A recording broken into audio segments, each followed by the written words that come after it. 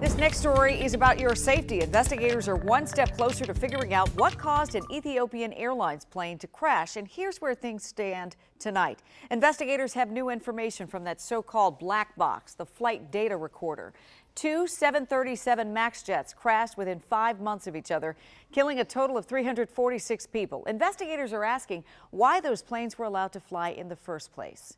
Transportation reporter Pete Muntean took your questions about this on Facebook Live. And Pete, a lot of folks are asking what came out of this flight data recorder. Well, there's a lot of new information on that front today. French investigators analyzed the data, and it now says there is a clear similarity between the two accidents of this 737 MAX 8. I think what will be very revealing here is the cockpit voice recorder, though. Remember, the common thinking is that this is a problem with the plane's anti-stall computer system. So the cockpit voice recorder will show how the crew recognized this problem and how it tried to deal with it. All right, another question was about this relationship between the FAA and Boeing and whether it's too close. Well, it has to be a close relationship just because of the way the airplane approval process is set up.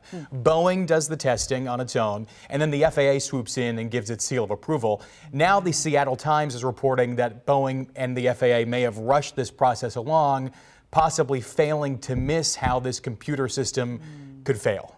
Okay, and then you got another question, actually several questions from people asking about how this is going to impact their flights. It's always, how's it going to impact me? Well, I don't think the impact will be very big, at least not anymore. Remember, these planes have been grounded for a week now. So I think the airplanes will have caught up logistically. United, American, and Southwest all flying these airplanes. I don't think you'll feel it much anymore, although Boeing is saying that we'll have a fix for these airplanes possibly sometime in the next week. So we will see if that is enough to satisfy the FAA and unground these airplanes. And of course, that has to be tested before that can happen too.